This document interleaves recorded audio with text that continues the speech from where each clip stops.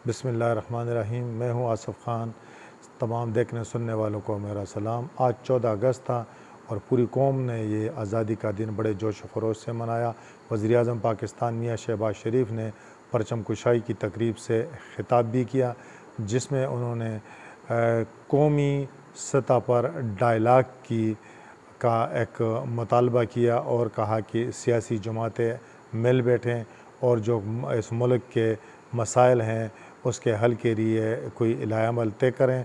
उन्होंने इसकी इब्तिदा मीसाकी मईशत से करने की तजवीज़ दी और कहा कि सियासी जमातों को और जो सियासी कायदीन हैं उनको मिल बैठ कर इस मुल्क को मसाइल के दलदल से निकालने के लिए किरदार अदा करना होगा।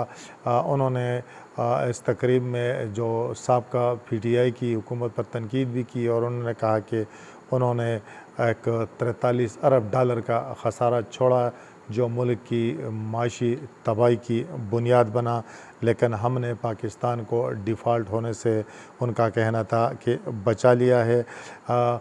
जैसा कि आपके इल्म में है कि कुछ अर्सा कबल जमात इस्लामी के जो सरबराह हैं सिराजुल हक, उन्होंने भी कौमी डायलाग की तजवीज़ दी थी, लेकिन उनकी उस तजवीज़ से किसी ने उस पर गौर ही नहीं किया।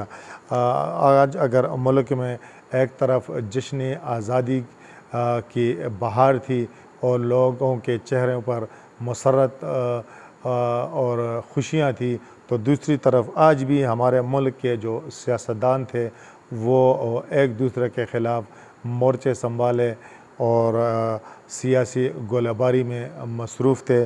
तो सियासी इख्तिलाफ़ात अपनी जगह हैं, लेकिन पाकिस्तान को इस मसाइल के दलदल से निकालने के लिए सियासी जमातों को और जो सियासतदान हैं उन्हें इसके लिए कोई ना कोई मिल बैठ कर लाएअमल तय करना होगा। ये इलेक्शन भी होंगे, कोई जीतेगा कोई हारेगा, लेकिन ये है कि पाकिस्तान की इस वक्त मईशत, स्पेशली जो मईशत जिस तरह दगरगू हालात से दो चार है, जो महंगाई है, जो बेरोज़गारी है, तो ये इस तरह के मसाइल हैं कि जिस पर काबू पाए बग़ैर जो है वो तरक्की की मंजिल का हसूल जो है वो मुश्किल ही नहीं, एक ख़ासा एक नामुमकिन काम है।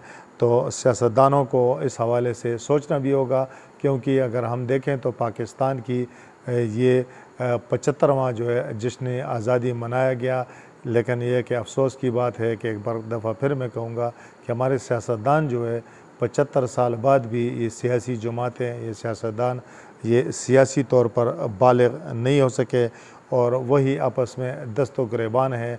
हालांकि इस कौम में सलाहियतों की कमी नहीं है और ये ऐसी कौम है कि ये अगर इनके इत्तेहाद और यकजहती की बात की जाए तो ये तो शाहिद अफरीदी के एक छक्के पे ये मुत्तहिद हो जाती है। तो इनके लिए इस तरह की कोई लम्बी चौड़ी मुत्तहिद करने के लिए किसी चीज़ की ज़रूरत भी नहीं है।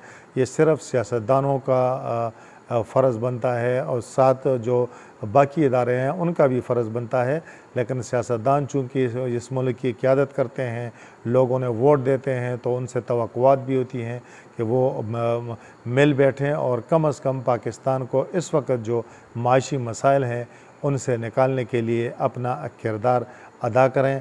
कम अज़ कम आज जश्न आज़ादी था, इस मौका पर कोई न कोई मतलब किसी खैर सगाली का किसी तरफ से कोई पैगाम आना चाहिए था, लेकिन अफसोस कि आज भी हमारी सियासी जमातों की तरफ से इस तरह का किसी ने कोई हाथ नहीं बढ़ाया। वज़ीर-ए-आज़म ने ज़रूर बात की है, लेकिन यह है कि वो अगर तजवीज़ दी है तो साथ जो है वो तनकीद भी की है।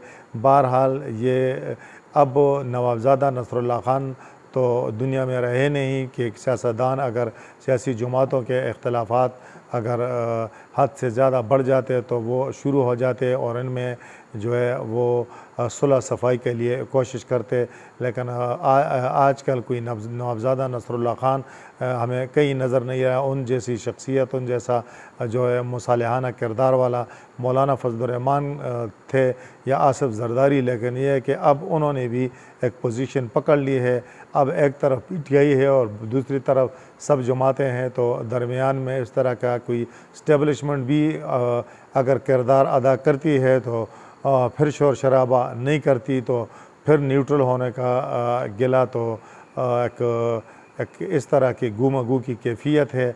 और पूरी कौम इस वक्त उनकी नज़रें जो हैं हमारी जो सियासी क़यादत है उन पर जमी हुई हैं कि ये सियासतदान इस मुल्क को इन माशी मसाइल से निकालने के लिए क्या करते हैं। तो इस वक्त तक के लिए इतना ही। अल्लाह हाफ़िज़।